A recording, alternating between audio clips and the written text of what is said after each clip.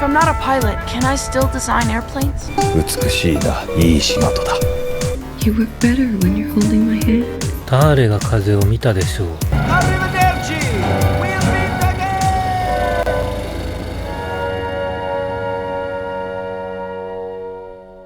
You heard it up top. We continue our long-form series covering the animation master as we talk more films of Hayao Miyazaki with his final film, ... question mark. It's The Wind Rises here on Normies Like Us with your hosts, weird German guy Colin. Now let's be Miyazaki.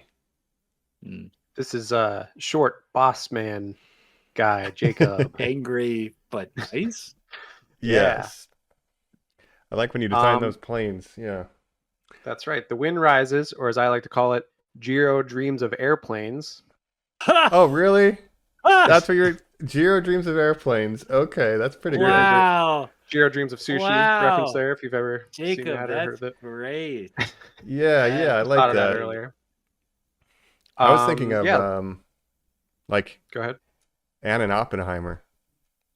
Yes, I would say this is sort of Miyazaki's Oppenheimer was another thing I was going to bring up as well. Because I hadn't seen this before, so that was like my initial, not to go jump ahead, but yeah. The Wind is Rising. That's right. The 2013 film, The Wind is Rising, which was thought to be, as Colin was saying, Miyazaki's final film for many years until, of course, The Boy and the Heron just last year, or 2024, I should say. We're in 2026 now. But yeah, The Wind Rises. Yeah, it's the first watching for me. I need to come out and clarify something from previous Miyazaki episodes. I need to apologize to Ben Affleck because I said they had collected every Batman, and they do not have Ben Affleck yet. I forgot he was Batman, so apologies. That's right. Oh, that's right. Ghibli Ben has Affleck's never... 3 of the other ones. Well, this movie, if you watch the Batman English dub, you get Robin, though. A little guy there we named go. Joseph Gordon-Levitt, who was, of course, as we all know, Robin in the Christopher Nolan Batman movies. Totally paid off. Go by your real name. It's beautiful. It's a beautiful name. Oh, thank you. It's Robin. Exactly. But what's your history with this? Because it's my first viewing. You guys seen this before? That's right. I have seen this before. For me, I first watched it actually not that long ago when I was rewatching all of Miyazaki's films in like December of 2024. And that was my first viewing of The Wind Rises, which I had never seen before. And after seeing that, I was like, man, where's this one been hiding this whole time? Because I thought it was great. I loved it. So I'm very excited to talk about The Wind Rises. What about you, Colin? Yo, so get this experience. I don't even know why this fucking happened, but check it out. So this is 2012. What year is this film? 2013. 2013. I was living in Los Angeles at the time. My roommate, former host of this podcast, Joe Asta, was dating his girlfriend, now wife, former guest on this podcast, Cassie, who was working for the talent agency CAA. A big, huge at the time conglomerate talent agency who I believe she was working as a personal assistant or something. And she somehow wrangled to get us into a WGA screening on the Disney lot in Burbank, at the Disney Animation Studio or whatever. Right. Where we went and saw like a cool sit down in the theater, drive up onto the lot, park, walk over, all these fucking old crusty writers, sit in a big auditorium and sat down and watched The Wind Rises. And I believe it also had a sort of intro from a man who was translated. It was not Hayao Miyazaki. I have no idea who he was. I'm sure he was a Studio Ghibli employee or producer or liaison or something. No, it's awesome. It was so cool, and what a unique experience. That's the only time I've seen this film. Wow, so 13 years later, we're back. It could have been Toshio Suzuki, producer who worked with Miyazaki for basically his entire career. And if you see, I want to shout out this. I talked about this last spring, probably when we first started talking Miyazaki.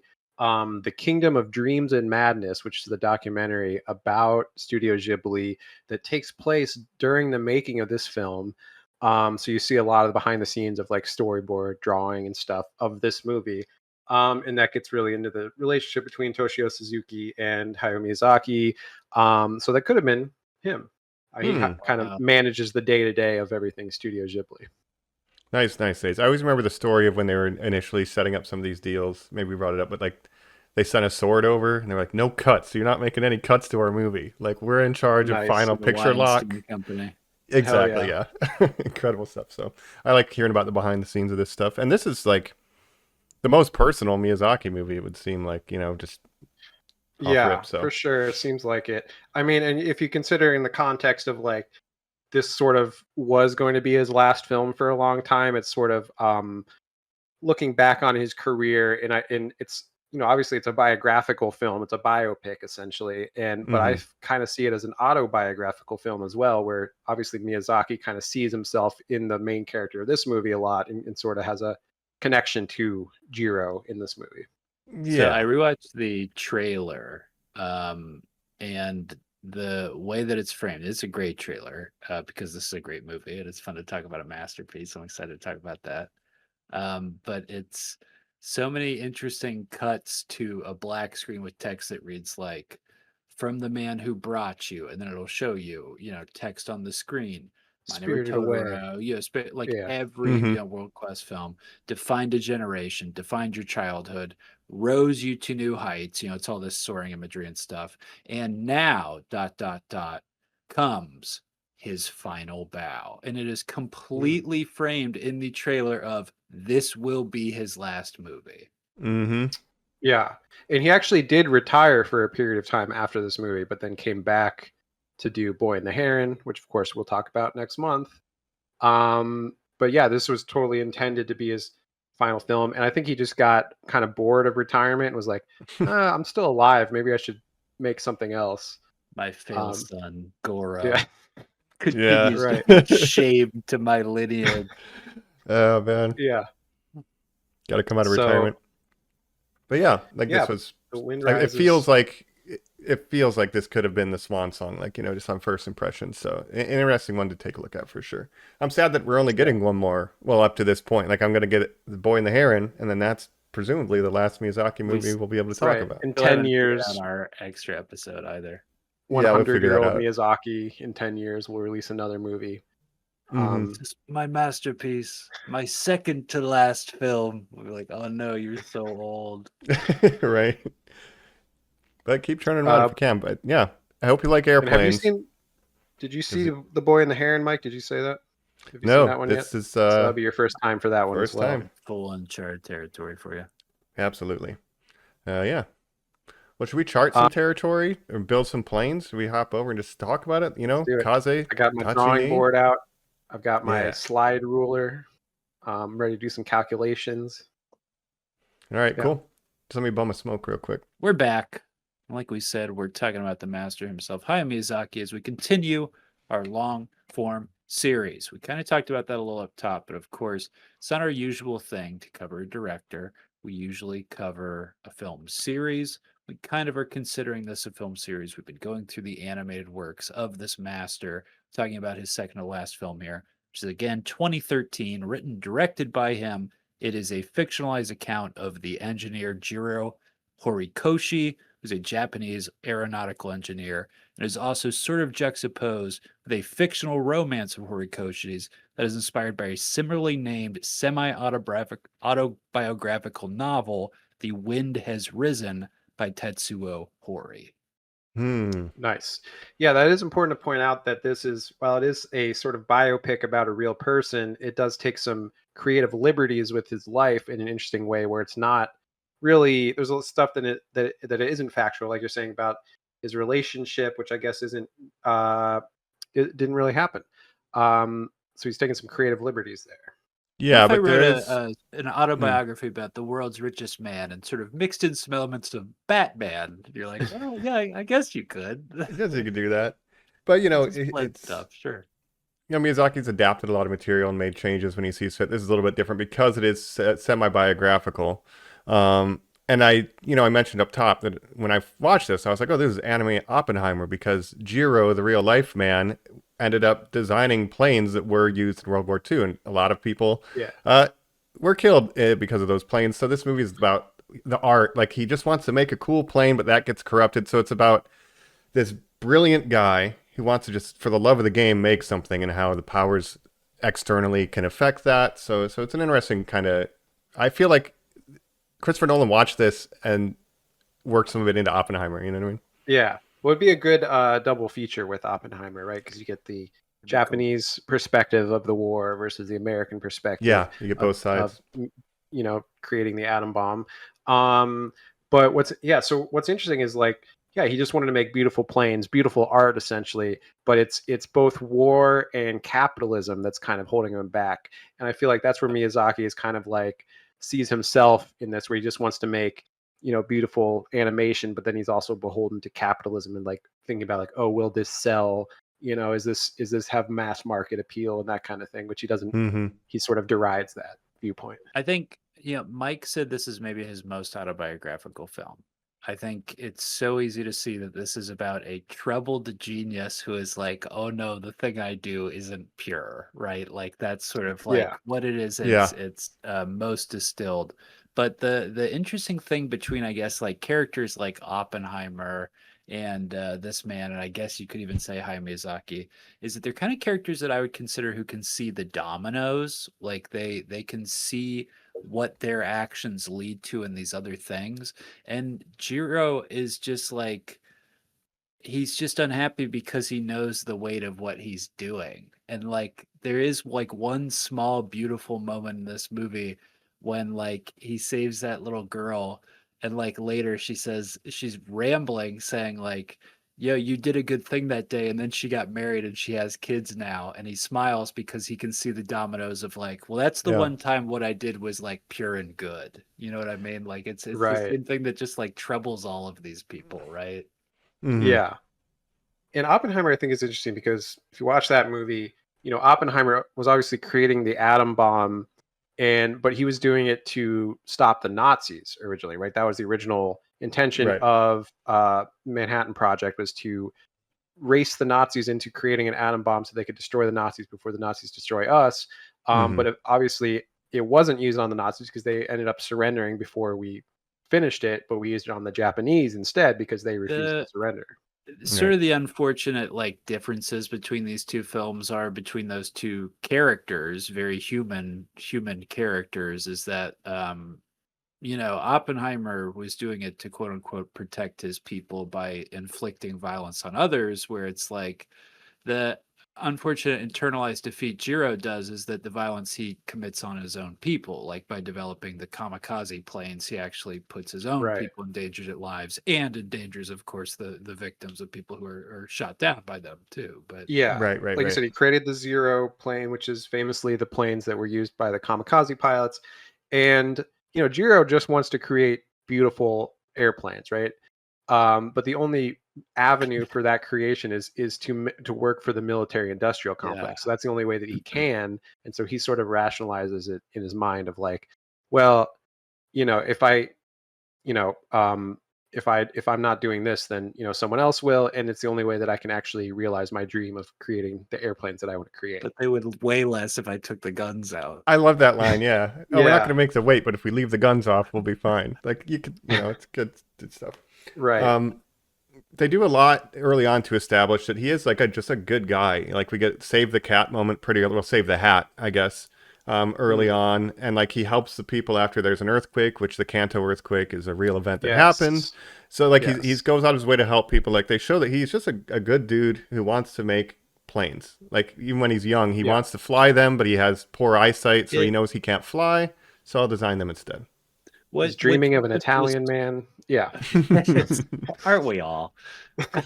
What Jacob said about, aligning with the government, I mean, that the clear parallel there to Miyazaki is literally like, you have to understand, like, films are made for profit. Like he works in a medium that film, no matter what, is political, is used for propaganda, like is used to change minds. And no matter what you want to do, he can want to create a pure image as much as Jiro can want to sit on a roof as a little boy and just be in the heavens and, experience that nirvana.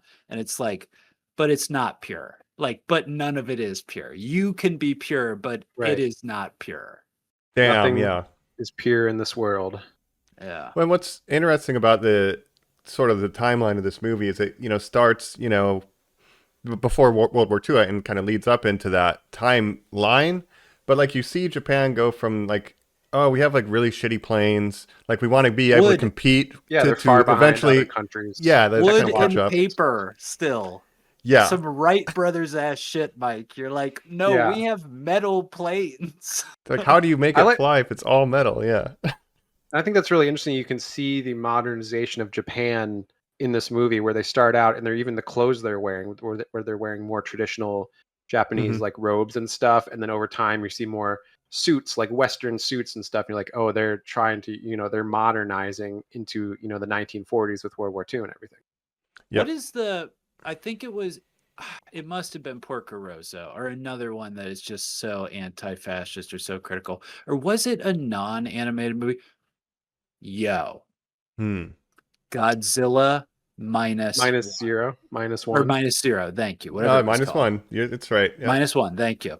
That's Is what I should have the had out here. only other film I can think of that is set in a time zone where people are like, you think the Japanese government is good? And the Japanese people are saying that as their experienced Japanese government. When the guy says to him and laughs to Jiro in this movie, he's like, you think Japan is civil? He's like, you think we're like a country that's like modern in modern times? He's like, you're like insane.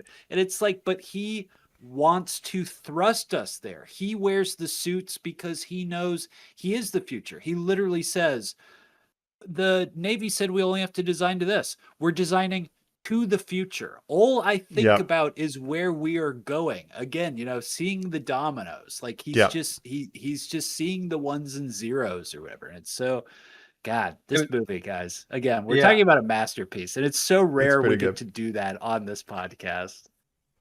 And again, I think it's interesting coming from Miyazaki's point of view, a man who was born in 1941.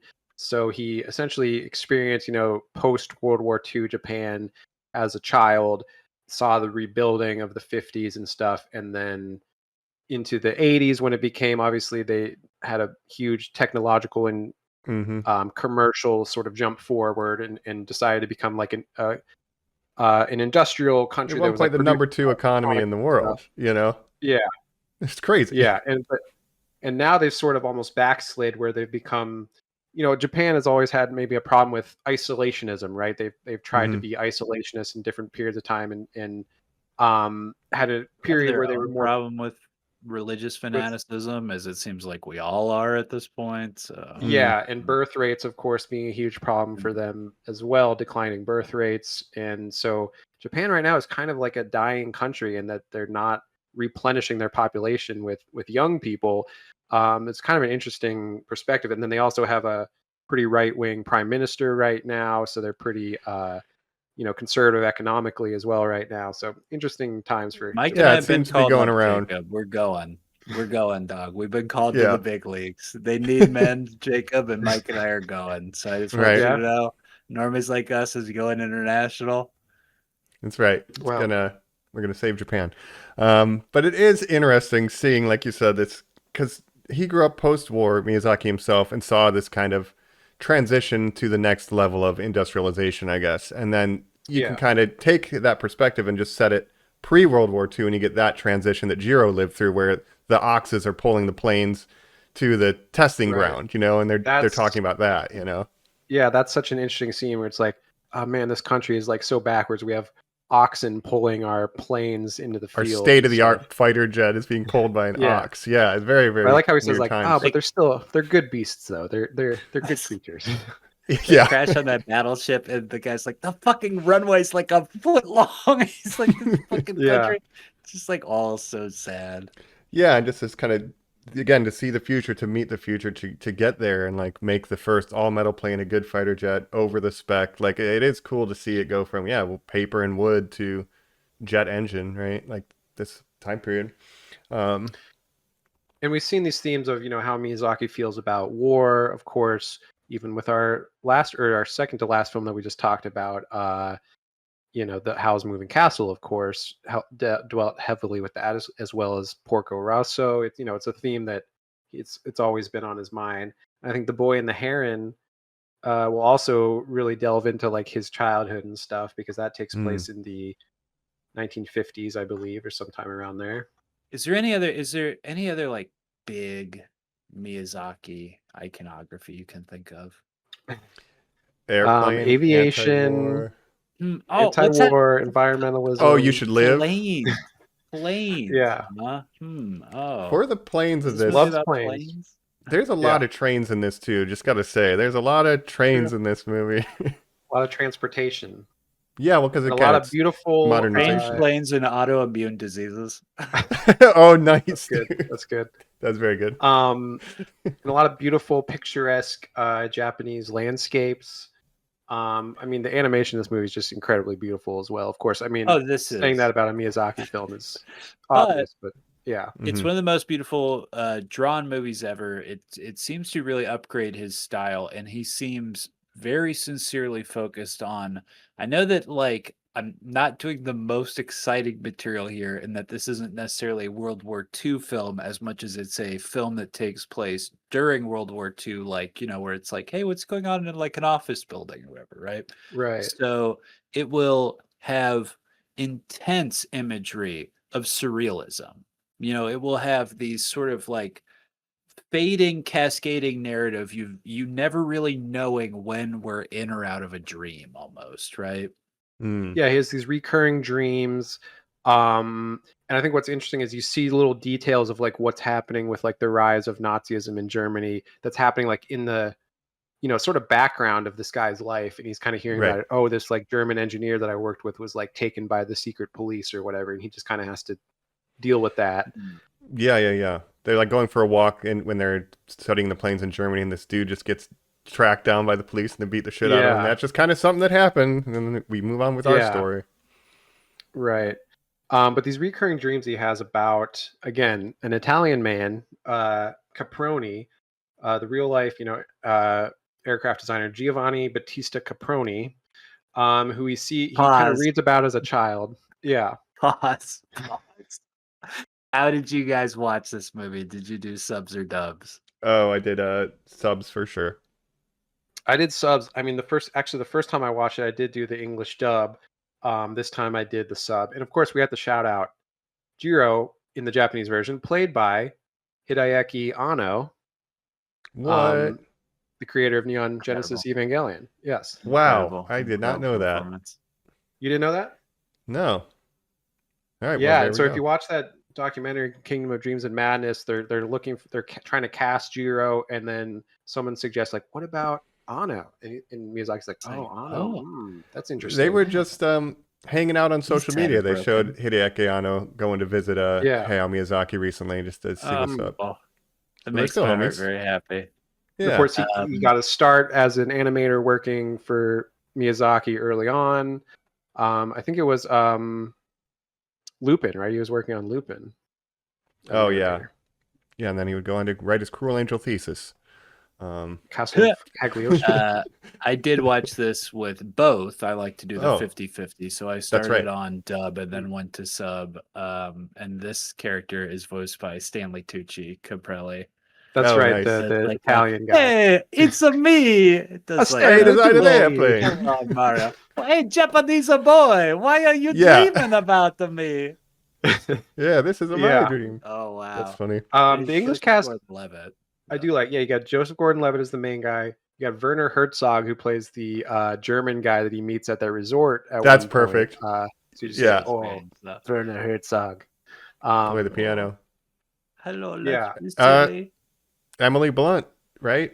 Oppenheimer, baby. John Krasinski plays his friend. John Krasinski. And then Emily Blunt plays his girlfriend. So that's right. Family affair there, yeah. And Martin Short plays the short boss man. Oh, Martin Short boss man. We need a short guy. They didn't mean like that. Yeah, we got him. So you got Joseph Gordon-Levitt versus Anno in the Japanese version. 500 Days of Airplanes. It's so different. Hilarious. It's so different. He comes off so much more boyish and immature versus Anno, who just comes off as mature, steadfast, resolute, aloof, but because again, he seems to know his place more versus Joseph Gordon-Levitt just really kind of plays him more as, I don't want to say like on the spectrum, but Mm, it was kind of that era of people Mm. giving those kind of performances. Mhm. plain autism. Um, Yeah. yeah, I like the He just Japanese wants to performance design because he's planes. just like he's pretty confident, like he's stoic, like he's locked in, like he's just locked the fuck in. Yeah. And I think this movie's about that too, like how you can just obsess over something to where like other parts of your life are kind of deprioritized. And I think Miyazaki feels that, like, oh, he wasn't around for his kids enough, and even like his Yeah. relationship in this thing, it's like Yeah. it's kind of on the side, right? Like 'cause he's so dedicated to the planes. He's coming home late. He's working even when his wife's trying to sleep and they hold hands. It's like he's so locked in Yeah. that he barely has time for anything else. And I think that's like a Miyazaki And reflection. that's the relationship in this movie is interesting because obviously he first meets his wife during this huge earthquake scene, which is an iconic scene and beautifully animated Yeah. again. The Oh, earthquake. incredible. Yeah. They give such force and power to a natural disaster. It's stupendous. Yeah. And just a So he note meets on her.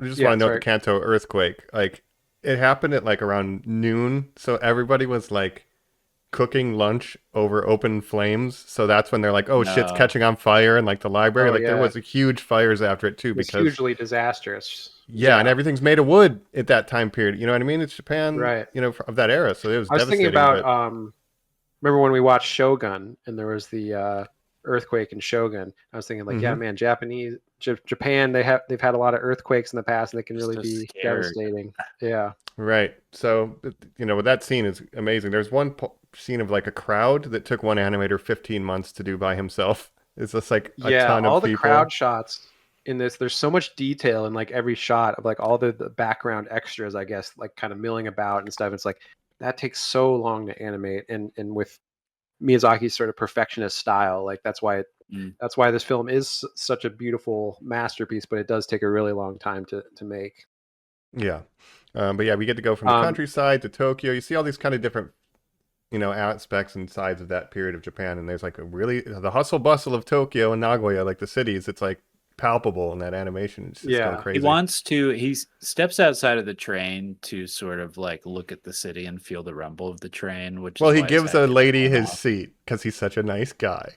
Sure. Yeah. Right. But there yeah. is so much of him being like, I have to leave the door open. Like the wind must affect me. And I know it's like the The wind stupidest must thing to rise. point out in a film that's like called like The Wind Rises. Like where literally this little girl, like after they help each other, she goes, the wind rises. She like says Well, that to that's me. He's like, the oh, that's a Yeah. big Like, theme of the movie is that's the the wind book. because And it's what it just is. Like the this wind is quote. there. It's Yeah, this the wind. invisible force pushing. Yeah. mhm. Right. The quote is, the wind rises, we must try to live, which they say in French originally, which is like a quote from a French novel or something. That's when he meets his wife for the first time, As a little girl. as a younger girl. But he so obviously, like you said, so his wife's maid who's with her at the time like hurts her leg or breaks her leg in the earthquake. So he sort of helps her. They go back to their house. They don't exchange names at that time. And then like 10 years pass before they meet again randomly at this resort where he's just sort of staying for the summer. And that's when the relationship starts to develop. That they Um, own. yeah. She's from like a rich family, it seems like. We meet her dad and stuff. And And she's yeah. she's like um an artist herself. We see her, painting on the hill and everything, but she's also sort of has health problems where she comes down with tuberculosis and basically eventually dies from it in the end, right? Yeah, they have a limited amount of time to have their relationship, and they choose like, well, we're going to spend that time together. We're not going to have her be at the sanatorium. She's just going to be like at the house, which maybe isn't the Right. best idea for a health outcome, but they decide we would rather be together than separated, kind of thing. And that's what you're saying, like with the what to prioritize. Like we must try to live. Well, what do you prioritize in your life? You can prioritize your relationship, or you can prioritize your work. And he's trying to balance these things. And then I also like the scene where the German guy is like talking to him. And he's like, basically every artist has 10 years in which they're like, it's like their creative peak. So, spend those 10 years wisely. And I was like thinking about it, I was like, damn, man, like that's some, crazy shit right there. When an Italian in his dream has to argue that their dream is a happy place and not the land of the dead, and then he sort of comes to like a mutual agreement to that, and then he says, "What did you do with your 10 years of sunshine?" You are at the end of this like, God damn, this is like one of the bleakest fucking movies I've ever seen. But you think about it, 10 years is like such a short period of time. Yeah. But if you look at a lot of like some of the greatest artists, music artists, filmmakers, whatever, like a lot of them, their creative peak was only like 10 years long. Yeah. And like it kind of shows how fleeting life can actually be when you think of like, 10 years, like it's not that long of a time, really. No, and you see again his focus on his dream. It's like his sister comes and visit him a couple times, and it's like, you never visit mom and dad. Like, where the fuck are you? And he's like, oh, my bad. Like, he's so kind of like whatever about it. Like, oh, I forgot you were even coming today. Because he's just solely dedicated to this 10 years he's got. Again, like you said, maybe Miyazaki sees that because he focused on his work over his family during, again, his son's growing up. His son has said like he wasn't the best father because he just wasn't there. He was too busy working, and maybe he regrets that now.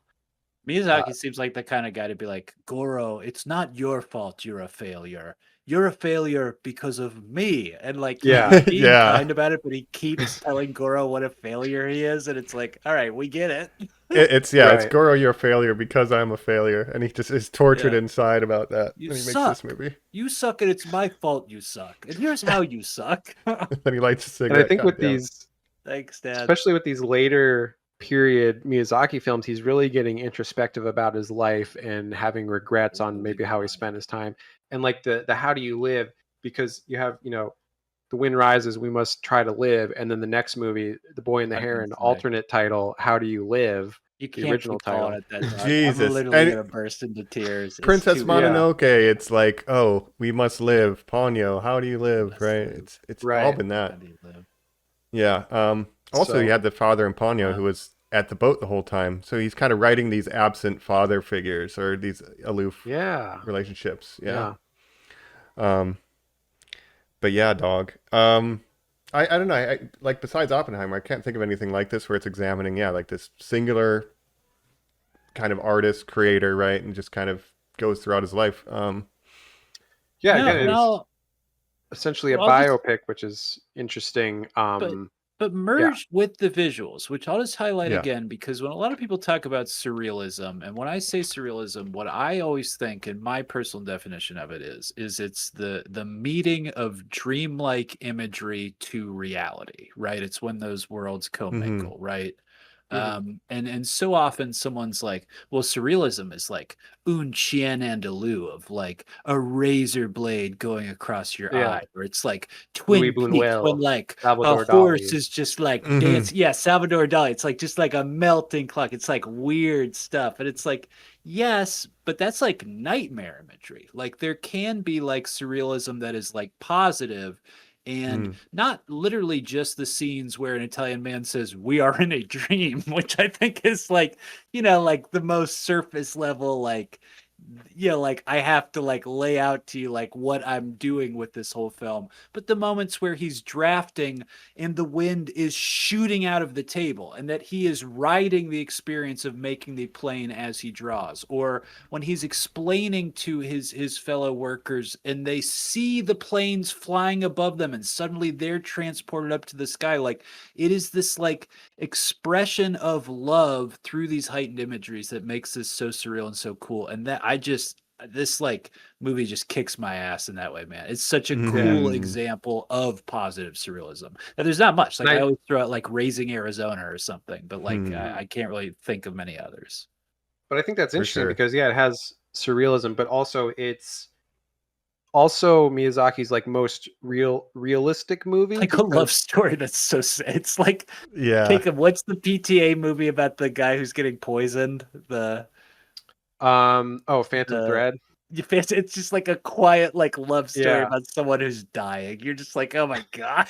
But also like so pretty much every other Miyazaki movie has some sort of supernatural or sort of fantasy element to it, right? Whereas this one, it's set in the real world. It has these dream moments, but it's about like a real guy in his real life. So it's it's interesting because he doesn't have the crutch of some kind of supernatural. Even like Ponyo, My Neighbor Mhm. Totoro, like they have these supernatural elements.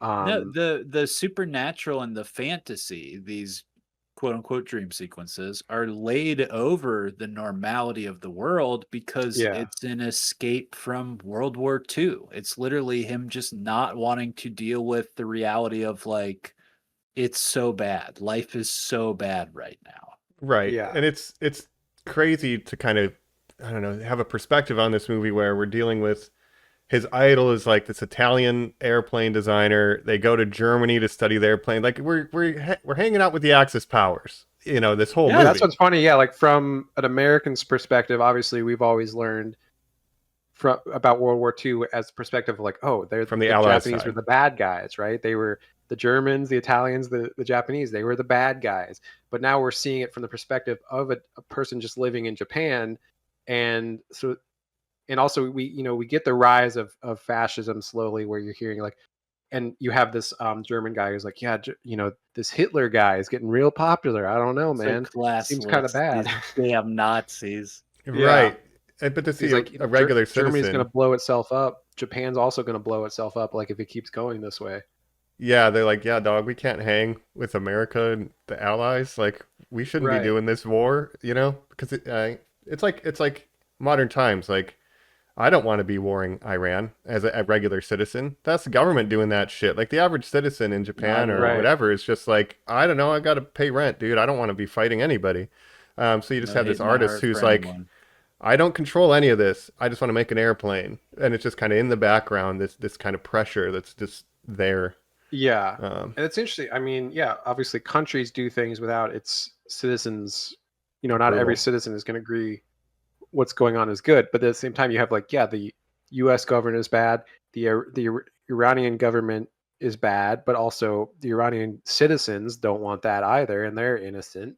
So, hmm if you think about it from that perspective, like, yeah, you're sort of taught, you're propagandizing the thing, like, oh, everyone in Japan and Germany at that time was like pro-war, like they were the bad, like they were all, everyone You in Germany was dehumanize Nazis, but like the enemy. some Yeah, people, yeah, they didn't have a choice. They were just going about their day trying to make a living and just survive, and meanwhile all this shit is going on around them. and that's kind of like the point of the movie, the tragedy of the movie, kind of at the end when he's in the final dream, and he's like, Yeah, "Hey, look, there's your zeros. They're doing a world war." He's like, "Yeah." But he's like, it's a good looking when he's plane though. And literally, like that's kind of like all you yeah, can take away, you know. You made a good Excuse me, plane. Mike. The final thing is he says, "You want to go have dinner at my house?" They invite each we other got to some good dinner in their wine. Yeah. dream homes. Yeah, yeah. Well, he's Let's go literally to a place that's walking safe. through a graveyard of Yeah. planes, right? All these Yep. No, destroyed Yeah. it's fine planes. though. He's gonna have a nice meal with his hero. Yeah. Block it out. Just So he block thinks, he's it like, yeah, out. Yep. none of the plane, not a single plane returned. And then the Italian guy's like, yeah, but like you still got to make your beautiful planes. They So I don't. flew. Yeah. Yeah, Man. But why planes did are I beautiful do dreams. this? The Right. beautiful dreams that release chaos into the sky or something. He says, "You're like, oh no." Yeah, so it Yeah. has this again, it's this there's this conflicting nature about the film where, you know, and there's been smarter people than me talking about this, but yeah, the idea of yeah, what he created wreaked untold destruction upon the enemies of the Japanese Imperial Army. But the guy, you know, so there's like it's a lot to digest, and as like a film fan and a fan of art, it's just a interesting stance Yeah. to be, you know. It's the same thing with Oppenheimer. It's like I am become death, destroyer worlds. It's like similar vibe, you know. Just I gotta do my Right. maths.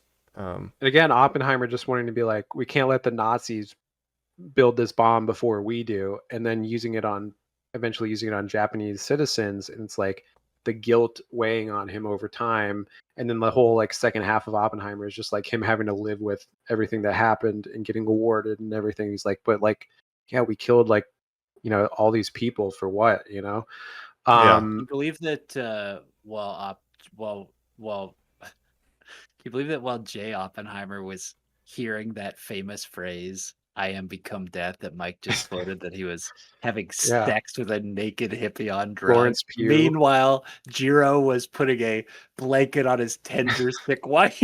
that's right. Yeah. Uh, Yeah, and it's interesting to think. I mean, this is something I think about because like so much Something I think about. technolog- Florence Pugh? Yeah. But like so much technological advancement throughout history has always come because of war. So obviously no one Yep. likes war, but the necessity of war has necessitated all these technological advancements throughout years and years where it's like even the Nazi scientists um doing experiments on Jews in the internment camps and stuff, leading to scientific breakthroughs and stuff. It's like, well, that's a moral extreme kind of gray area That's of literally like, the well, worst thing ever. Yeah. yeah. um Um, and the Japanese were doing fucked up shit too to the Chinese and stuff. So like Japanese, they were doing real bad shit too. We just the didn't hear Imperial about it as Army much as was doing crazy war crimes, like for real. yeah. Like But that's they were it. doing horrible stuff in the homeland, but then and in camps as well. correct. So then having Yeah, this story kind of on the same thing with the atomic bomb, but I have a quote from Jiro they put Mr. about Miyagi in Pearl his Harbor. family. Right. Yeah, sorry, No, go but ahead. like, no, Jiro, the real man himself, wrote in a diary, and it basically said, when we woke up, we didn't know we were going to war. We didn't know we were bombing Pearl Harbor. And so he said, this is the last line of it, I cannot do anything other than blame the military hierarchy and the blind politicians in power for dragging Japan into this hellish cauldron of defeat. Because they knew Yeah. there's no way we're going to beat America. And so they wake up like, what the fuck is this? What are So you doing? the real and Jiro Pearl wasn't on Harbor board. was like Pearl Harbor was like a huge tactical mistake too, because like the Americans at that point, if you know about World War II history, like were not directly involved in the war No. yet. They were kind of helping the Allies and stuff financially and giving them arms, but they weren't directly fighting yet. And then Japan launched this surprise attack on Pearl Harbor. And then America's like, okay, you know what? We are getting into the war now. And that's kind of what essentially caused the Axis to lose, because that's We when will the tide develop started turning. Mhm. Yeah. It's like, Strongest thing to kill Oh. humans have ever made. Yeah. you want America to dude. get involved in the war, the most warlike No. fucking country in the GG world. Lou. Well, the thing too, and Yeah. this getting a little in the weeds, but like America after that time, it's like, yeah, we can make all the biggest, best shit, but then nobody can actually invade us. We're so far away from everything else in the world that we can just fucking big dick swing. And what are you going to do about it? And like, I think that's been America's Right. problem, is that nobody has access to us. To So a we can just certain be degree, yeah. assholes, right? We're literally the new world. That's why Right. it was so hard to get here. And But that's Japan, what even just coming. size-wise, Japan is so much smaller than America, population-wise, size-wise, and they're like, we're gonna kick this sleeping giant, America, and then America's like, okay, you want us in the war? Now we're in the war, and that's when the tide of Europe started changing, because England and France and stuff, they were losing to the Germans, Mhm. and then once America got directly involved, then the tide slowly turned, D-Day and all that stuff. But I was just thinking about We are yeah, heroes. You're right, dude. Yeah, we're the did best. I wouldn't say that. too. You're right, dude. We were heroes That's when we so defeated cool, Hitler. dude. World War Maybe not II, now. you can Yes. say, is the last time that America was objectively the good guy in a war, which Yeah. is interesting. I can But I roll was with thinking, that. yeah, in modern terms of us bombing Iran along with Israel, the American, obviously the average American did not wake up and say, I want to bomb Iran Right. today. They just have to go along with it because that's what we're doing now. So it kind of makes you think about Jiro back in Japan in his perspective. Yeah. Well, then there's been memes like this, but it's like, so what are you going to do if, the war starts? Like, I don't know, go to work. I got to pay rent. It's like, you just have to live when the government decide to do crazy shit. So this movie's wrestling with that. live? It's like, yeah, Jiro, I got to go to my job. But like, what do you mean? I want to make planes, and this is the only way I can. There's no money in Japan outside of the military for me to make planes. Like, I have to do this. It sucks. Right. You can't just be but a I got to. hobbyist and make planes for a hobby. Like, he's got to also make a living. Yeah, exactly. So Yeah. that I guess it's about that anguish of people wanting to create their shit and it getting used for horrible purposes without any of their Yeah. consent, right? And then I guess another thing too is like, without his consent, he's losing the love of his life. Like, his wife is sick, and like, there's just things you love getting torn from you with outside of your control is like a theme of this as well, perhaps. Yeah. That I'm just kind of thinking about. So it's so chill to watch him doing his plane stuff, but then there's that kind of bittersweet, this kind of simmering anguish that comes with it. Like, it's an enjoyable movie to watch, but it also hurts a little bit. Maybe that's the nature of creating anything. It is a very sort of melancholy Beautiful, Mike. film. Thank you. Absolutely. And yeah, with his wife, basically his wife gets tuberculosis, which at The that Arthur time Morgan disease. right, he starts coughing. Someone coughed on him. Lumbargo? Dutch! Gotta build these planes, Dutch. Dutch, my wife is sick and she paints, Dutch. I need more planes. Anyway. But tuberculosis, it wasn't curable. So Yeah. basically, they know That like, sucks. yeah, like there's nothing you can really do except kind of ease her, like make her as comfortable as possible. And she goes to live in the sanitarium for a while. But then she's like, no, I don't want to. I want to spend as much time with Jiro as I can while I can, you know. But they kind of know like there's no way to actually cure her, so she is going to eventually succumb to it, which is I asked the doctor. He gave me permission to get married. Yeah, right. That's the thing. They're engaged, but then they do decide to get married because she gets sick, and they're like, we have a very limited amount of time, so we want to get married. And it gets her father's blessing, and then they marry in the house of his boss, who's like against it at first.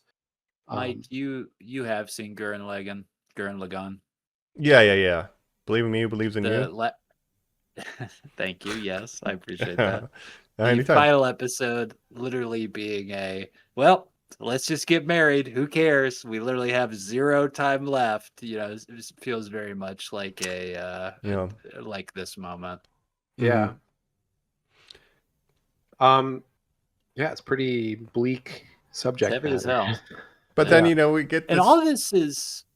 Go ahead. Well, it's just all paired with just him kind of living and working and, again, just dreaming. We must try to live. Occasionally, he's checking in, and the wife will be like, yeah, I heard it went really well. I heard your plane's doing great. And he's like, it is. I hope you're feeling okay. And she's like, I am. And that's like, like, again, like, as I said, like, as he's putting like a blanket on her, like wiping her head. Like, well, again, his sister coming to visit, and his sister who's, learning to be a doctor, comes and visits and is like, you don't understand, like, your wife is actually like worse than she looked. Like, she's kind of putting on a brave face. She's like hiding it from you, but she's actually worse than you even can realize. Yeah. And I mean, even that, like, there's subplots of like her wanting to go to the doctor school and him being able to go to university and learn about making planes. Like he's like a privilege at this time period. Like, they have money. Like, a lot of people in that earthquake lost everything, and like at least he had a fallback enough to where she could still go to doctor school, and he could still, like, so he is kind of an upper class member of the society. That's kind of how you end up in aeronautical engineering school. But like, it's just I did forget to point out my favorite moment with that earthquake, when they go and save all the books from the school. And his friend says, God, look at this fire. It's going to rage and just destroy Tokyo. Hey, do you have a smoke, by the way? Yeah. Jim Krasinski. There's a lot of bumming smokes with that guy. Yeah. A fire destroying Tokyo and then asking for a cigarette. It's incredible. Right. They're saving the library. And then he's like, I'll just smoke a cigarette next to all these books we just saved. It's fine. It's all we could save out of the library. And that happened for real. The university did catch on fire and they had to try to save all the books. Oh, right. Yeah. That whole scene is just incredible. The earthquake scene and the way it's animated with like the earth and the hills rising up and stuff. I mean, incredible animation there, of course. And the sound effects, like the groaning sound of like the earth vibrating and stuff. Did you guys have, like, sometimes when the airplanes would crash and stuff, it sounded like they just got a guy on the microphone going... Sounded like humans doing it, yeah. Is that intentional? Mike, that one, it might be. It's. Yeah. I want to say it's every sound effect in this movie. When he builds his plane, a guy goes, the guy doing it. And then when the earthquake happens, a guy just goes, crunch, crunch, crunch. Yeah. We got no budget for library. I mean, I guess, is that intentional? It seems so. I did want to bring it up. It's so man-made destruction. I noticed that as well when I was watching it, and I was wondering that. And then even the sound of like the airplane, like the engine starting up, sounding similar to certain sound effects from the earthquake and stuff too, and like the earth groaning. Yeah. Well, it's like they said. We forgot to record sound effects. Dave, you've got 20 minutes. You have to do the whole movie. Get that guy from Spaceballs here, stat. Serious, Mike, it's so fucking good. It's crazy. It has to be like, the planes are an extension of the people, you know? again, naturalism. Like there's something Yeah, going what on. was I have that? no idea. It's so. I don't know what it crazy. was exactly, but I definitely noticed that as well, and I think it is intentional. I also want to It's- shout out Yep. again Joe Hisaishi, Yes. the composer, of course, that has worked with Uh, Miyazaki since Castle oh, Cagliostro. Another incredible score from him. The how do you music do in it? this, yeah, How do you do it? Yeah, just 0 misses and yeah, great stuff. right. Yeah, those sound effects. Or I couldn't believe I it. guess Nausicaa was the first film that he worked with Miyazaki on, not Well, Cagliostro. yeah. Not Cagliostro, but it's been ever since Nausicaa, the first Ghibli film. So Yes. yeah, Yes. it could be called The Smoke Rises because there's a lot of cig smoking, which very Miyazaki Yeah. coded. Again, another. I like when his friend Jim Krasinski Mhm. is like, "Do you have a cigarette?" And he's like, "No, I'm out." And he like takes a butt out of the ashtray and like lights that. It's like, Yeah. you got a problem, man. Like, Yo, You're smoking anytime many they show his cigarettes. workstations too, there's just like a ashtray nearby. But then there's a moment Yeah. when he meets that dude in the hotel, and the German guy's like, "Hey, guy. you got a cigarette?" Yeah. And he's like, "Yeah, sorry, they're Japanese. Like our manufacturing standards are bad." Like he feels bad about giving him a Japanese cig. Well, You because know? the German guy's like, "Oh man, this is like my last German cigarette. I can't get any more right now." Like, "Oh, I Mhm. know how you feel. Like I've only got these inferior Japanese cigarettes." They were called Oh, cherry yeah. blossoms too. I was like, that's dope as hell. And it seems to Yeah. imply that that guy is anti-fascist, and he has to go on. He just dips out of the hotel like suddenly. You know? yeah. So he's. And then Jiro's just like, "Man, I hope that guy is all right. I hope something bad didn't on the happen to run, him." Mm-hmm. Mm-hmm. But yeah, they should have been smoking 7 stars, right? I wonder if they existed back then. Maybe not. Yeah, they should have been though. They definitely should have been, Yeah. or a mild 7 if you want to get old school. The Lucky Strikes are still over there, but yeah, the background of the kind of the war and like people disappearing, like 'cause they have to. Jiro has to hide at his boss's house because they're like, "Yo, dog, I think they're looking for you. You need to hide out in my place. We're not gonna let them take you He's away." like, buddy." "Why are they looking for me?" And his boss is like, "You know what? Some of my friends were taken. None of them knew why. They just were." Yep. And that's Well, just the way the world yeah, is right now. your level of importance to the government does not necessarily ever mean that your life becomes better because of that, right? Right. Correct. Well, I talked off pod about October Sky, right? How Jake Gyllenhaal is Yeah. obsessed with Werner von Braun, another complicated scientist figure, to say the least. Yeah. But like even he was in jail for a while, you know. Like it doesn't matter how important you are to the party. At some point, you will be expendable. Right. So And that's the thing is like, yeah, like after the war, German scientists coming over to America, and then America utilizing those Nazi scientists to create, rockets and things, because go they to were like the space. best scientists at that time, but they were also, did bad stuff. But America kind of overlooked that because they're like, well, we need your scientific brain, so we'll overlook that you were a Nazi. Then I don't have all the data, but Von Braun would claim, "Oh, I never was down with the Nazi shit. I just wanted to build rockets." I don't know if that's true Right. or not, but like that was his kind He's of kind of like the love German rockets, Jiro. Yeah. but probably Just evil. wanted I Yeah. love rockets. It's like I just want to go to space, but yeah. Anyway, so it's some I parallels hate to that the in real life. Jews. Oh no. No. But I like, yeah. So Jiro goes to Germany at one point because his company sends him. He's like, go study with these German engineers and like learn their technology because they're a little bit ahead of us on some things. And they go and they see this big German plane, like, oh, like this is crazy. Like we don't have this shit. But then also the Germans are like, you can't look at that. Like they're being very protective of certain things, right? Mhm. He also keeps getting flyers that his Italian friend is doing well, and he's like, he's accomplishing his dream. Yes, making this those guy that I've friends. only met in my dreams. Yes. A good friend of mine. We have psychic conversations. And I'd be like, all right, that's cool. Yeah. That's cool. That's nice to hear. I'm proud of you for doing that. But yeah, at the time, the real Jiro was like self-translating word by word English magazines about aviation and foreign magazines about aviation because in this film, he speaks French, he speaks Italian, he says a phrase in English. I mean, clearly he's a genius. Oh yeah. Yeah. I like when they make like baseball references when they say like nice catch in Yeah, I was here. Yeah, English. even his wife's does like, say nice that. Japanese catchy. love baseball. He says Yeah. like great play or something like that, doesn't Yeah. he? Yeah. Yeah, yeah. Which I think those are just like baseball calls because the Japanese famously love baseball. Nice catchy. Correct. Yaku. They got their own word for it. And so, Shohei Ohtani, ever heard of him? Otani, the best. Yep.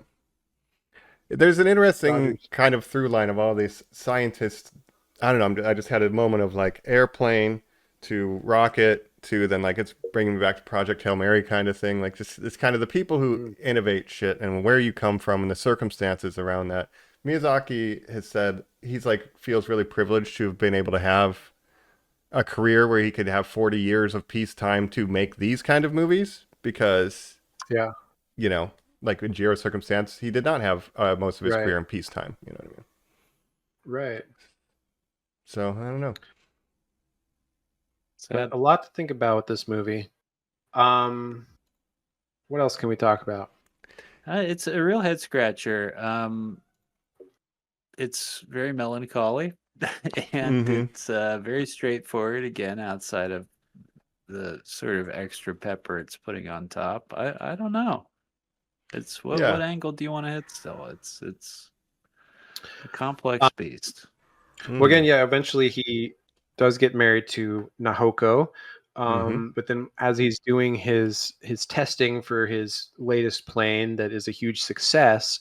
While they're doing the testing, she decides to leave his boss's house where she's staying to go back to the sanatorium, and then it's sort of implied that she does pass away. While he's like doing this design, he looks over to like an empty field, and again he sees the wind rises, right? And I think there's something in Japanese where like the wind represents spirit, right? Like the wind is like a spirit, so it's like her spirit. And so he kind of he like ignores his testing for a moment and is just like focused on like the wind in this empty field, and like that's such a incredible moment too.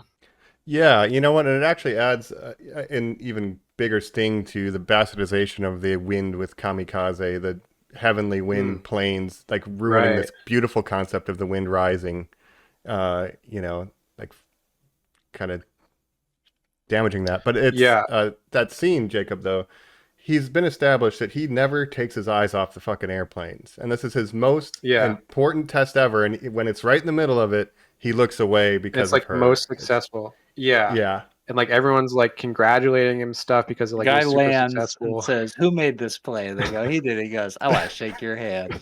Yep. Yeah. But in that That's moment, good. he's like preoccupied by his wife's illness and stuff. So again, trying to prioritize your life, but you can't do it all, right?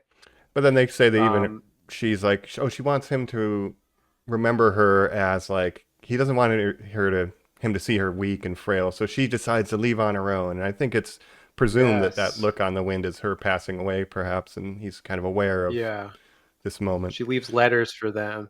That's kind of like a very Japanese thing too, of like, I don't want you to see me like at my worst. So like I want you to have like a good image of me. So like I'm gonna go essentially walk out into the world and just like die, but I don't want you to see that part of me. Right. But I do like we've been talking mostly about the planes, but their relationship is pretty sweet when she's like, "Oh, move the desk over closer. I'll hold your hand while you do your work." And he's like, "I need a cigarette. Can I let go of your hand?" And she's like, "No, just smoke here." He's like, "You got tuberculosis." She's like, "Fuck it. Just do it." It's a really beautiful love story in this movie too. Like just their whole relationship.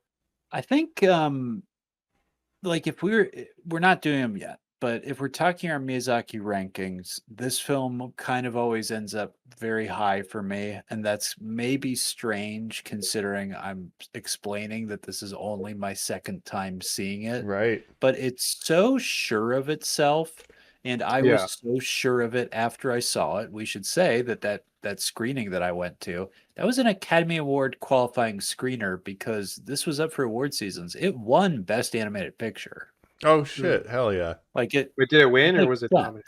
No, it won, Doug. Like this was Doug. You kidding? You really want to have your mind blown? I'm pretty sure it's fucking Thor and Furiosa are the ones who read it off because I think they just were announced to be starting filming of Furiosa. Oddly enough. Oh, right. Is that no? I guess that's I many do. years ago. I guess that's It Boy in did. the Hair. I'm thinking of I do have to say though, it didn't actually win. It was Oh, nominated, it did but not win. What won? Frozen won that year. Frozen. Oh, Frozen. Oh, come so that's, I on. mean, of course, a huge fucking juggernaut. Yeah, it probably should have won. I mean, that's the thing Yeah. is like Miyazaki's films, they always get nominated. It- At least the last, since the mid '90s or so. All 2001, other I guess, was the first. Miyazaki films Yeah. are complex. We did a Mhm. Spirited Away episode where I got literally Spirited Away, where you guys kind Yeah. of sat down and said, like, this is a film of metaphors. And Mhm. even when you took a trip underwater to see Ponyo, again, Mhm. episode I was not on, that is a fairy tale. Like, it has, Straight up. mystery things sort of built into the storytelling to unravel. This is none of that. This is a very straightforward, heart on its sleeve. This is what is on my mind, and if I don't bear my soul to you, I will die. And you're like, oh, like seeing this, you're just like, oh my god, like that is so exactly what he was trying to say. In an artist's signature, just across the whole piece. Yeah. And that's what I love. Yeah. About this movie. I agree with you, and I think that's why I do consider this like one of his masterpieces, and I think it's underrated because a lot of times when people talk about Miyazaki, they're not talking about this movie necessarily, but I think it is underrated because it's like his whole career, like everything that he learned throughout his long career is like led to making this, which is like such a self-assured movie that like everything is intentional within it. It's like, oh, you can just tell this is like the work of a master who's been doing this for 50 years or whatever, right? So in that regard, yeah, I think it's one of his like most self-assured and like just masterful movies, even though it's like maybe less ambitious than some like Princess Mononoke and some of these other movies that maybe have a more ambitious idea to them, where this is much more straightforward, but it's just the work of a master. Having a scene where your hero just comes into his house, opens the door, lays down on the floor, and the wind just comes in through the door is like king shit. Like that is like true top level filmmaking shit, where everyone else they'd be like, well, we're cutting this scene. This doesn't mean anything. And Miyazaki's like, this scene is the movie. Like this means everything. Yeah. No, that's incredible. And he knows exactly what he wants in the movie. And he's always had this idea of like when Pete Docter from Pixar asked him like, how do you know what the audience is going to want or whatever in the movie, or what's going to work with the audience? He's like, well, to be honest, I've never really thought about it. I just make what I want in the movie, and then that's how I do it. I don't think about the audience at all. And that's maybe the best way for an artist to it's the best way for an artist to do what they do, I think. Please yourself. And this is, we've been comparing it kind of thematically and plot wise to Oppenheimer, but like stylistically, it's the dead opposite. Like Oppenheimer is maximalist. It's big, it's loud, the score is going crazy, it's in your face. And this is just like, I'm going to lay down and the wind's going to blow on me. I'm going to bust out my tracing paper. Like outside of the earthquake, it's pretty chill vibes, this whole thing. Right. Yeah, it's just this guy's life and his day-to-day going about his life. His wife dies, and then he has a dream about what his planes will eventually do. And an Italian man says, "But we should have wine while we think about that." And he's like, "Yeah, I guess that's true." Yeah, all right, sounds good. Yeah, I'm looking at the Best Animated Feature Academy Awards from past years because I wanted to see how many Miyazaki movies actually won, and it's crazy because Spirited Away won in 2002. Yeah. The award started in 2001. Shrek won the first year, right? That's right. Hell yeah. Hey, Jacob, Academy Award winning. We're happy to announce I guess you're getting ahead of yourself. After this series, we will be covering movies? the Shrek films. I can't wait till we get to Puss in Boots: The Last Wish, because that's a great spin-offs. That's a great Heck yeah, that inspired Sinners. Right. Hell yeah. But yeah, so Spirited Away won in 2002. Obviously, Pixar has really dominated the wins throughout the 2000s and 2010s, but I'm kind of surprised that more, like, I think the next Miyazaki film that actually won is The Boy and the Heron. But they're all nominated, right? They come out. I think usually, yeah. I mean, he's only made like 4 movies since 2001, I think. so Hmm. hasn't had that many. But like, so the Tale of Princess Kaguya, which is Isao Takahata's Studio Ghibli movie, was nominated the next year after The Wind Rises in 2014. And yeah, the next one would have been Boy and the Heron. Ponyo was nominated but didn't win. I just wanted you to know in your heart, Mike, that to follow up on an Oscar episode that we never did, I did my own Oscars, the Colin Awards, and I did give Best Animated Feature to Chainsaw Man, the movie, Reze arc. Over K-pop Demon Hunters? That's right, my friend. I believe you had K-pop Demon Hunters on your top 10 films list. Oh, absolutely. Absolutely. I like the Chainsaw Man too. Number Chainsaw 9, Man maybe. Not even nominated this year. Yeah, what a scam. Yeah, come on. They had Elio, The Reze arc deserved Zootopia better. 2. Yeah. I wonder what the airplane demon would look like. You know, Chainsaw Man. Some kind of airplane man. But yeah, Colin, it is my dream to one day win a Colin Award, so I hope I can do that. You will not for Best Animated Short Film. Yeah. Starring Martin Short. Puss in Boots: The Last Wish lost to Guillermo del Toro's Pinocchio in 2022. I believe it won the Colin Award that year. Actually, Pinocchio dominated Colin Awards that year. So yeah, I don't know. I never saw Pinocchio, so I don't know. And then Boy and the Heron beat out Spider-Man Across the Spider-Verse. So Lord Miller, throwing back to our previous episode, produced that, didn't direct it, but you know what I mean. Yeah. But yeah. What else? I think we could probably propel ourselves over to maybe final thoughts. To the final thoughts. The Wind Rises. Yeah. We'll try to find a way to live. We're back here on Normies Like Us. We're down from the heavens. We're flying back towards Earth. We're landing this plane because we did put landing gear on it. We did take the guns out. They are light enough. We're doing good. We're talking The Wind Rises here on Normies Like Us. Here's a question for you guys. This film in particular we talked about in the filmography of a man that we're covering is so much about the man, right? This is about a crotchety, talented genius who literally someone's like, you're getting married? I guess you are human. Oh, yeah, true. You have a fail son named Goro? I guess you are human. Right. Will we? Yeah, this has been a real experiment for us off of our usual format to talk about the works of one person versus the culminated works of something, right? Will we ever do this again? Would we ever talk about one singular person again? Would you have like a fantasy that you'd pitch on this podcast? I'd like to. I mean, it's getting a little close to the whole theme of a certain other podcast that's much more famous and successful. We've done maybe 3 John Carpenter movies. We've certainly done, I want to say, 4 James Cameron movies. Well, no, 3 Avatars, 2 Terminators, 2 an Alien. Who could forget our iconic Titanic episode?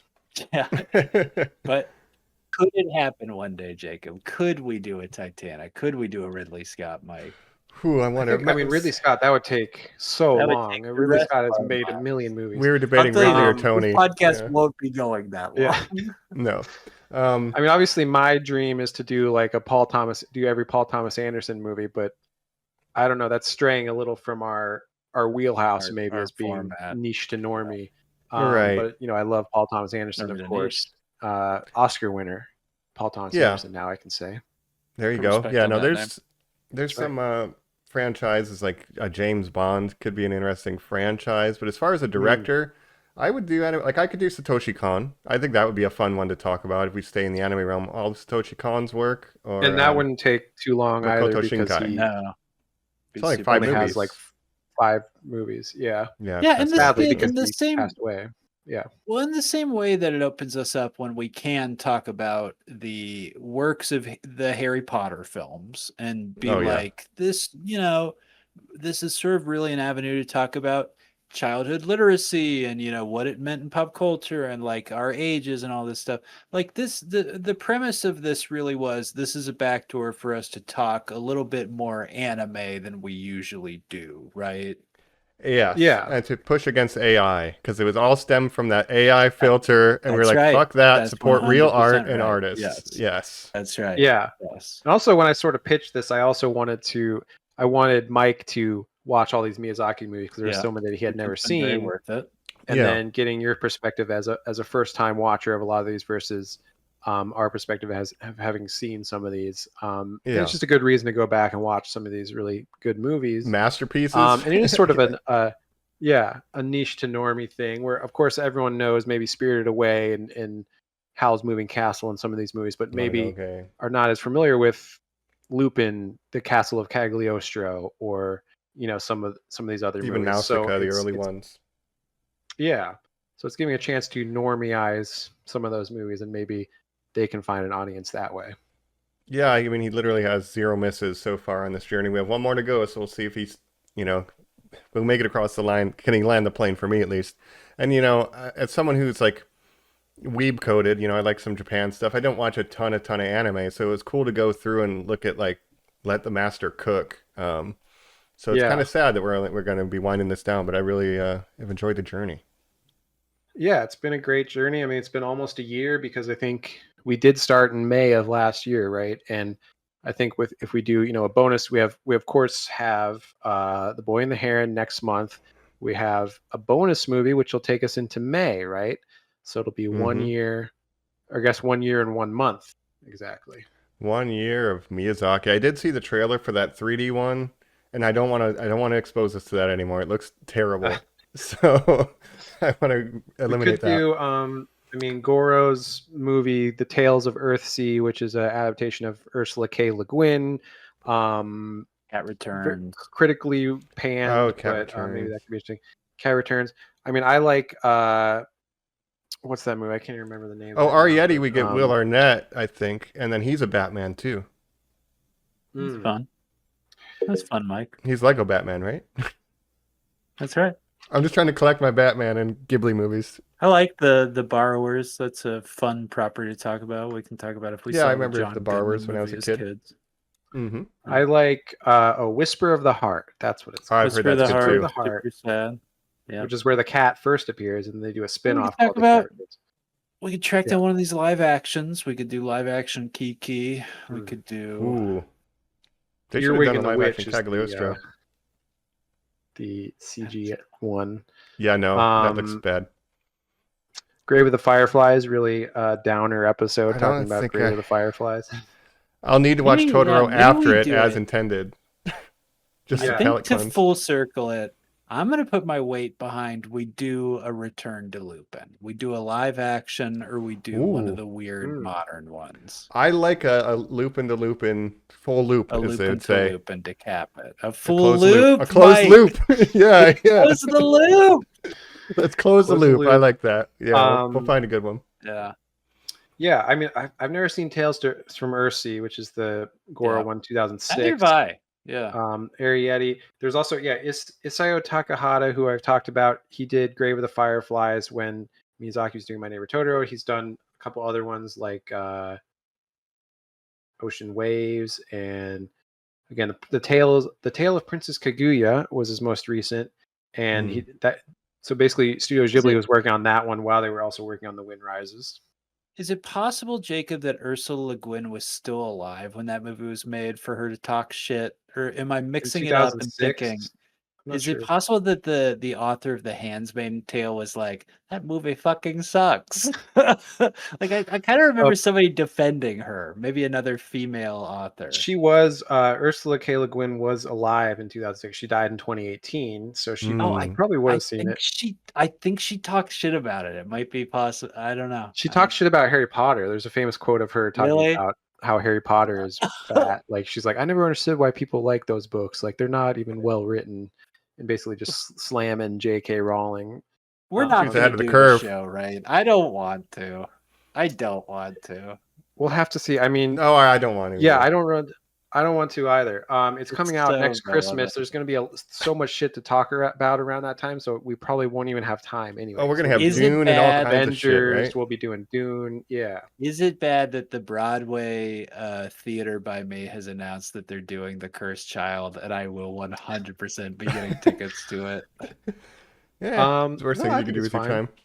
I don't know. Yeah, for a I don't local know. theater.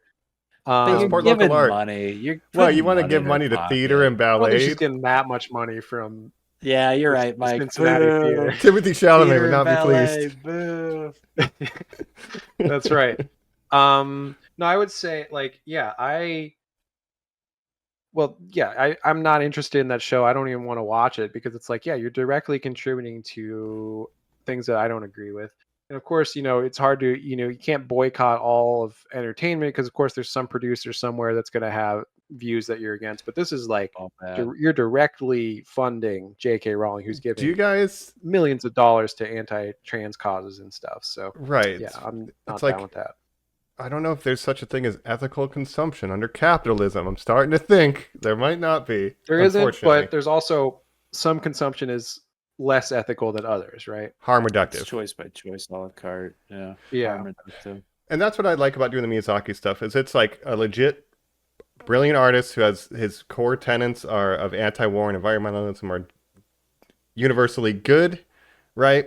Yeah. And I guess to bring my thoughts for this movie, similar to Godzilla -1, I like when, let's say, a Japanese artist is willing to look at the time period adjacent to or around World War II and basically make a piece of art that says, yo, we don't ride with this shit.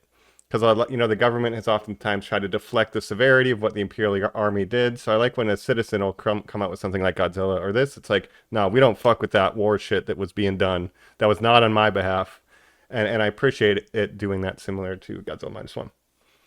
Yeah. I think Miyazaki is one of the most obviously unique figures of our time that I can think of, like just his views on things and his staunch like anti-war pro-environmentalism stances is such a rare thing for someone like him. And it's like truly like when he sadly passes away, whenever that happens, it will be like, we'll never get another Hayao Miyazaki. Like he's such a unique individual.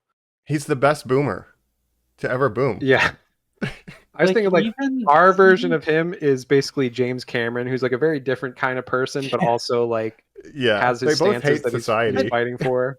Yeah. But even their interest in like badass females, like as reductive of that seems, it is the old man boomer thing of like, well, fuck, like at least somebody's making like cool lady heroes. Like, God, Yeah. at least they did it. Jesus Yeah. Christ.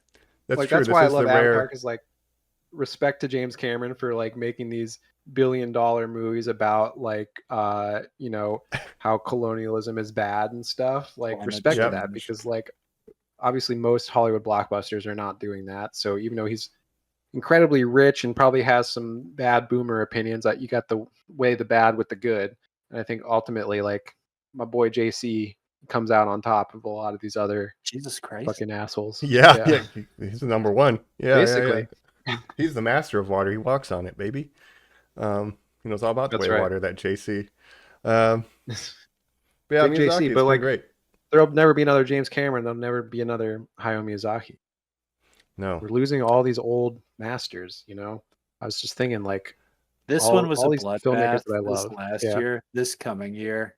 You don't even know. It's gonna I will give you the guarantee right now. It's gonna be people like Scorsese. It's gonna be like all these people where you're like, oh, and it's just gonna be one after another, dude. Yeah, Scorsese's another one that's like, yeah, he's getting older and older. And it's like there'll never be another Scorsese. Like think what you want about him, but like he is one of the all-time greats. And we're just losing recipes. And like you said, like, yeah, this year, Yeah. Robert Redford, Diane Keaton, like all these old Hollywood stars. And then that was what's so sad about like the In Memoriam at the Oscars and stuff is so packed this year. Rob Reiner. And then you even had younger people that died sooner than you thought, like Catherine O'Hara and stuff. And it's like, man, mortality sucks, but the wind rises and we must live, right? Like that's the whole point of and this that's stuff. what Like Miyazaki's trying to say. Like, you got to make the most of your time. How do we live? And man, I can't wait to talk about Boy in the Hair next month. That'll be fun. God Yep. damn. He's the GOAT. He's the GOAT. Yeah. He strikes again. So yeah, shout out Wind Rises. You know, I was after initially watching it because it is so slow. I was like, I don't know if I really like this one. Or maybe it's not for me. It's not that it's not good. I was like, this might not be for me. But I've just sat with it over the past couple days, and even through this conversation, I'm like, yeah, dude, this movie fucking cooks. It rips so hard. Yeah. Again, it's subtle. It's underrated, Yeah. I think, for that reason, because you're just like, oh, it's it's like a biopic or whatever. But the more you think about it, the more you realize kind of about it, and you're like, oh, it's actually like, it's amazing. So I paused it 10 minutes in because I was like, why isn't this clicking? Watched the trailer and was like, right, and locked in and was like, I've got it. And just like being reminded that like all the exciting imagery is built in and stuff. I was like, right. I do really like this. And then it started hitting. Mm-hmm. And it's understated compared to Princess Mononoke, Spirited Away, Howl's Moving Castle, right? But that's sort of what makes it so beautiful, is how kind of understated it is. And Jacob has this as number 1 right now. That's so crazy. It's like, I don't know is it my number 1? Number 1. It's in my top 3. Number 1. You said it's your favorite film ever. In fact, that's crazy. I don't know. It might be. But no, I don't know. And it's so hard to rank Miyazaki's movies because, like you said, it's all bangers, no mash.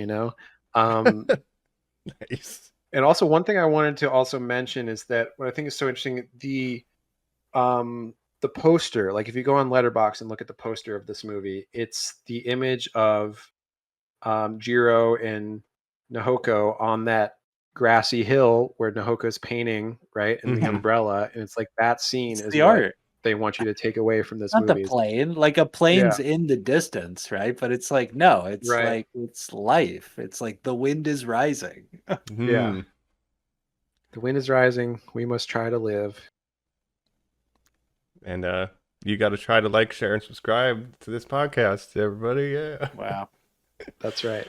Let's talk about, Jacob, what's coming up next week. And I'll just say real quick, I like I said, I was not on our last Miyazaki. I've kind of been bouncing on a couple of these. I've still been watching them. I've been having the time of my life, and I'm so happy to be back talking one with you guys. Yeah, we've had some scheduling conflicts, like with your work and stuff, so you had to be out of town and stuff. Yeah, but we're glad to have you. Yeah. And we're glad to be talking Miyazaki.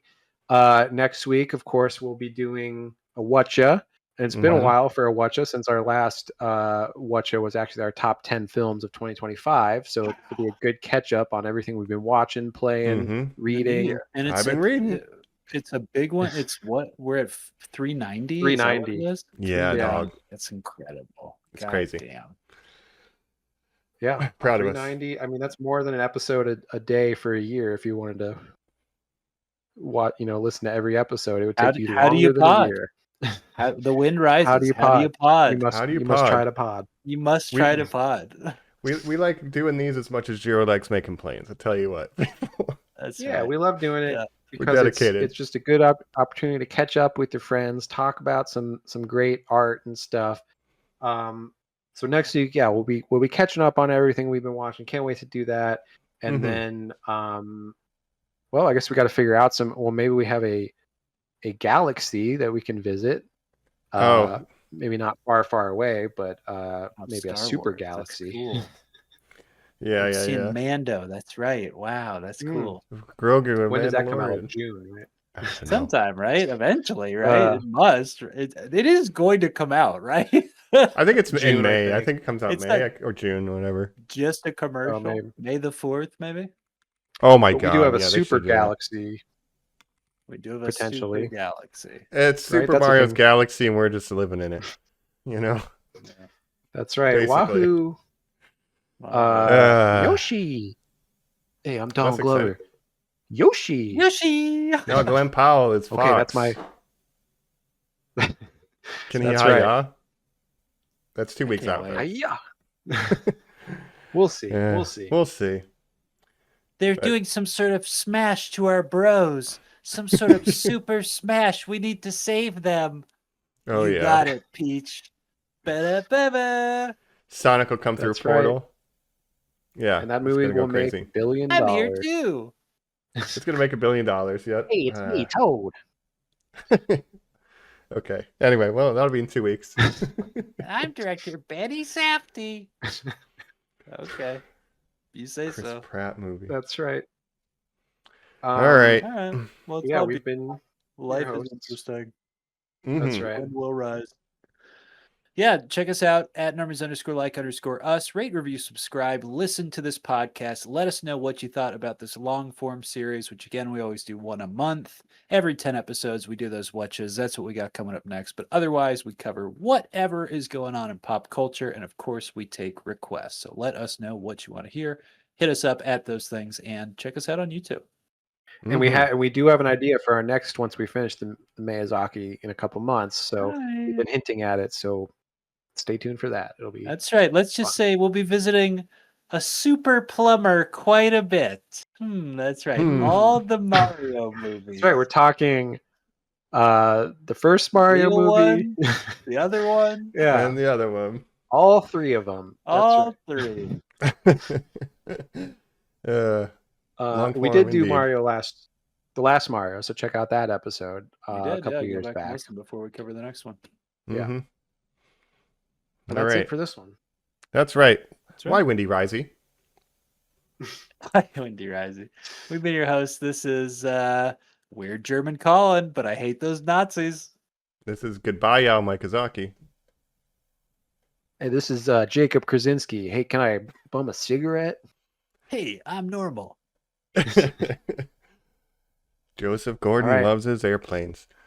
Catch you next time, Wow. Normies. Bye-bye. Bye. Bye.